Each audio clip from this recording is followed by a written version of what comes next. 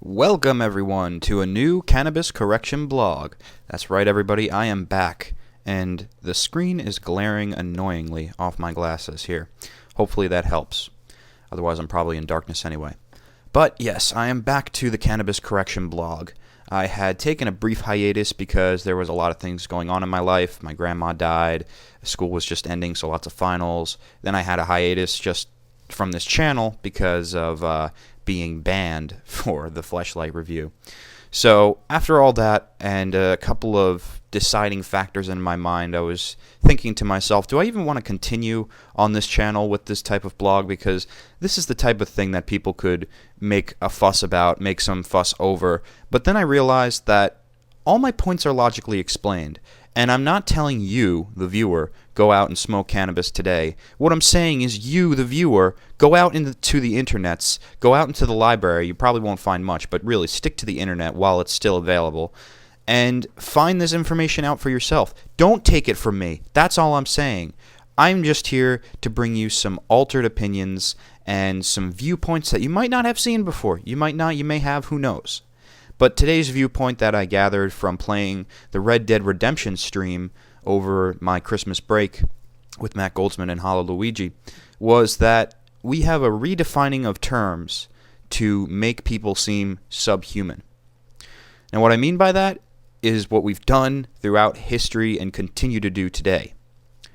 What is somebody who causes fear in people and is just overall evil? A bad guy. You hear the word today and it's a hot button term. You know right away, that guy's evil.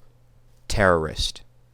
You know what they had back in the frontier days, back when the West was developing and it was becoming less wild with the Indians, the savages being tamed down? Well, that's what it was. We called them savages. We made them seem non-human and argued that, illogically so, of course, this was all grandeur-made, ego-driven science at the time, trying to find out answers, but the non-pragmatist viewpoints of these scientists and the unbiased viewpoint, or the not unbiased viewpoints, the biased viewpoints, I should say, of these scientists led them to believe that, Indians are nothing but subhuman. They're savages. You can't calm them. The only way to deal with a savage is to kill it because you can't reason with savages. Savages don't have reasoning capabilities. People just bought that back then because there was no such thing as the internet. There was no such thing as fact-checking. And there was no such idea that people would just be spouting out nonsense for the benefit of their own desires. I mean, take in mind, while I mention that, this video series, it's all for my benefit. It's completely narcissistic. I want cannabis to be legalized. I want everybody to have it, yes. I think that overall as a society, if we possess this plant, we're going to be doing so much better, resource-wise, psychically healed-wise, and a third option, I don't know. I think resource-wise and psychically healed are the two biggest things that our entire ecosystem, not just America, not just the North American segment of the world, but our whole planet needs a reworking. And I think that if this plant was legalized and produced worldwide, we could reach it. So keep in mind, we always do things for selfish reasons. Everybody has an ulterior agenda, and that's mine. What's yours? I don't know. But hopefully it encompasses something of mine because you're watching my videos. You know, again, this is all selfish, but if you don't realize that, you don't take note of it, you could get off the rails and go completely crazy and bonkers with your own desires and do anything it takes to get there. Just like back when we were developing the West. We want this land now. We don't care who's on it before. You know what? Here's what we're gonna do. Okay, these people here are not even people. Trust me, they're not. They're so not even people, dude. Trust me. They're violent. They wear silly clothing. They have feathers in their hair. They're freaking more-offs. I mean, they're so not people. It's not even funny. They are savages. They will rape your women. They will kill your children. And they are against what we are trying to do, which is trying to advance society, trying to build new buildings and new cities and towns for people to propagate and produce things. That's what we're trying to do. But these savages, they're keeping us back. So that's the hype that they were playing back then, and it's the same thing as people calling black people niggers. I only say the term because we're discussing it in a literary sense. I would never call anyone that, but that's the sick, twisted way about people still trying to get it to be a well-spoken word out now. It's the same thing as saying savages or terrorists. It's just a redefinition. This person is subhuman. You can treat them as shitty as you want. You can enslave them. You could tell them to go fuck themselves and we're going to take your land, just like we're doing in the Middle East, because we take their resources. We could do all that by redefining what the mainstream majority of people see as to be the truth. If the mass majority believes that we actually face a danger from terrorists, which we don't, I don't see any effective terrorism. I see a lot of government terrorism. I'll say that over my years since 9/11. I was in 4th grade at the time, and I hardly understood what was going on. But now as I'm 19 and I'm piecing together everything, I'm finding out that it looks like 9/11 was even caused by our own government. And if not caused, it was allowed to happen. I believe that it's not fully just people in the Middle East, and we didn't even find any reputable data or empirical information to base any reasons for why we were in the Middle East. But, besides the fact that there are terrorists. There are terrorists out there, my friend, and they are against what you and I believe in. They are against America. They are against all of our ways of life, and they want to kill your children. They want to rape your women if they ever get a chance on the subway, and they want to kill your children. These are the terrorists. These are the people that hate us, and we don't know where they are, but they could be anywhere. They could be your neighbor. They could be everywhere. And now you see the danger, because now you just took that one term that was only for one set group of people, and even back then it was disgusting. I think it's abominable that I live here now because some fucking colonials raped and pillaged from Indians. That's the funny thing. I always found it hilarious, sickeningly so, that they always try to throw, oh, they'll rape your women. You know, that's something they always said about black people, and especially during the time of jazz, when cannabis use was high, and they were being inspired greatly by this plant. A lot of black musicians were being threatened by the white supremacists and the government saying, oh, you better watch out for that dang marijuana. They're going to take your women, and they're going to rape them, and they're gonna play that devil music, jazz. That's the kind of archaic belief system that they had back then. And guess what, guys? It hasn't changed much now. Oh, them goddamn terrorists, you know, they're going to come over here. They're going to end our way. They're going to end our freedoms. Remember 9/11. Never forgive and never forget. That is always the fucking worst statement I've ever heard. Never forgive and never forget. Never forget, but learn to forgive and learn to move on, because never forgiving is not going to get you anywhere. Okay, you have to understand your enemy before you look to go beyond them. You can't just simply plow through them like we've been doing. Interesting side note. Did you know that the drone planes that we use to bomb people without even looking at them in the face, we just completely take out all human elements, not even needing to go up to them with the butt of a gun and saying, it's the time for you to die, savage or terrorist. No. We just kill them like a fucking video game. Like they're binary pieces of data. Like they're not even existing. Like somebody put these people here like NPCs for us to just mull down because we can, and because that's where the resources are. And you know, those NPCs are getting in the way. That's what we do these days. But the funny thing about that, and I applaud the Middle East's efforts in doing this, is they've made the drone planes into toys. That's right. They made the little model replica drone planes into a toy, and now they're giving them to their children.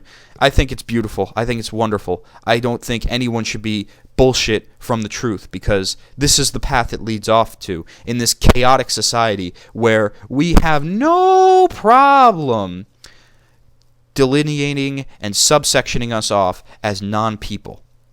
That's what they want you to do to your neighbors. That's why they try to keep this fear going. There's no reason to fear. That's one of the biggest things I've found with the internet, is there's no reason to fear.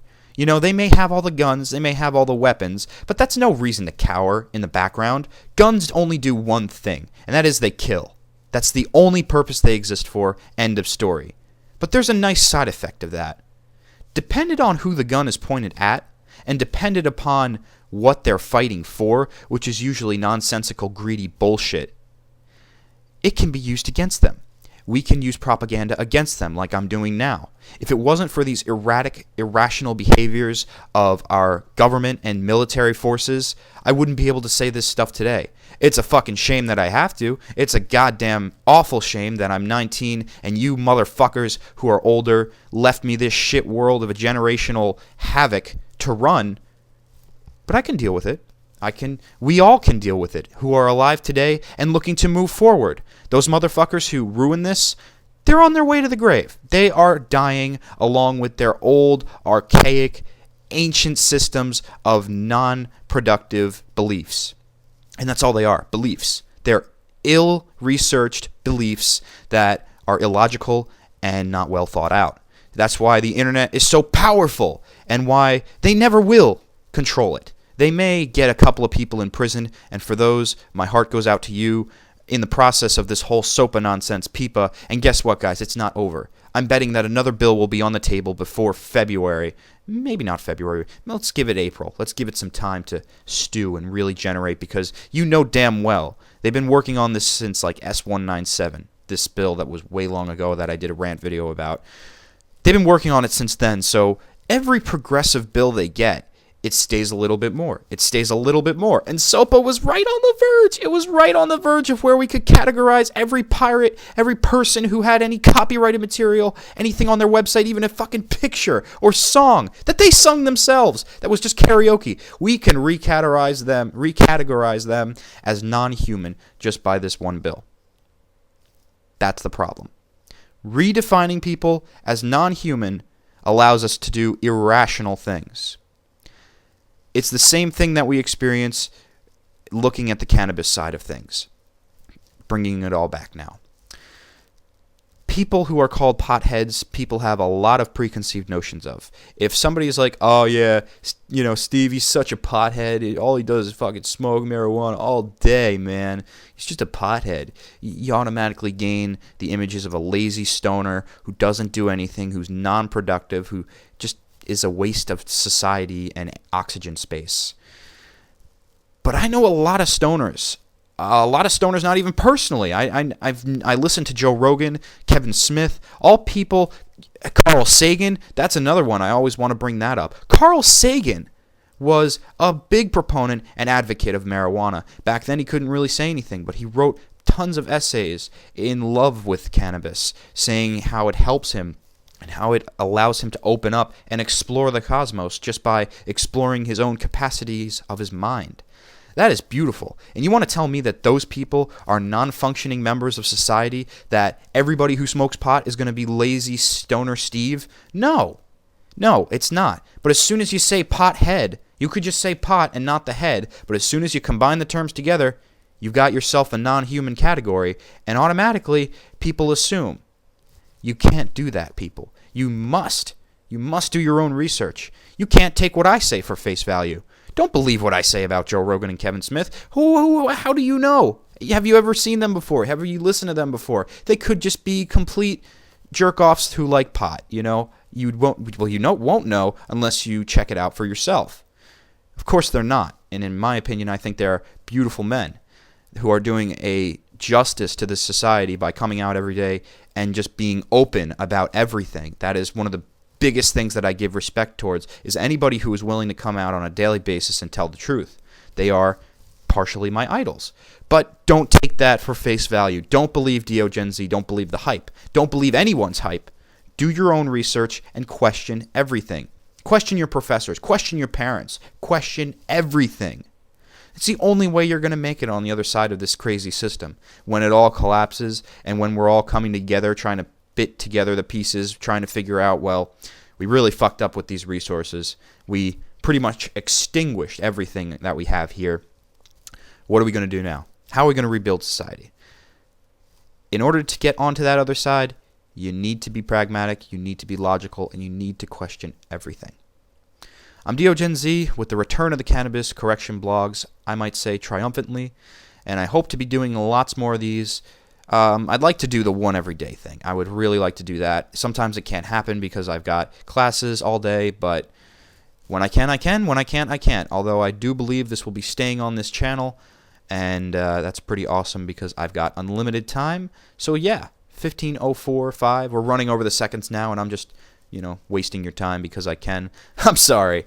But also, I have icons now, which is pretty freaking cool. If you want to check out what the rest of my mindset is up to, just click on my channel or go to my website below, and you can see the mind of DeoGenZ. Which, side note, the mind of DeoGenZ, the actual channel, Dimension DGZ, I was also going to think about moving this whole segment to that channel. The problem is, I lost the password. I do not know the password, and when I tried to reclaim it from Google, it just reset my other Google password, which was very bizarre, and I didn't want to do that in the first place, but oh well. So I don't know what to tell you with Dimension DGZ. Maybe unsubscribe, maybe don't. I'm still trying to get that channel back. The main reason I started that was thinking I would put out lots of blogs, somebody like YouTube would see it, partner me, and then I could have unlimited time to do long rants like I'm doing now. Because I don't like the 15-minute limit or 10-minute limit. I am just a pontificating punk who likes to go over YouTube limits and has a lot of things to philosophize about. So time limits don't work for me. So that's really the main reason I made that channel, was just so I could get partnership, just so I could have an unlimited time span to talk to you guys. But now I have that on this channel, and I'm kind of hard-pressed to give that up. I'm like, why would I do that? There's so much to talk about in this topic and every other topic that I'm just going to keep it on this channel. So let me know what you think about the return of this series and how it will all work on this channel. Hopefully nobody will raise up hell and say, you're a bad person, DeoGenZ, and you should be banned from YouTube. If that happens, look for me elsewhere on YouTube. I'm going to make a new channel just in case. I don't know what the backup's going to be called, but when I have it, I'll let you know, because there are trolls out there, trolls who don't like the truth, and I'm aware of that. So I'll see you next time, guys.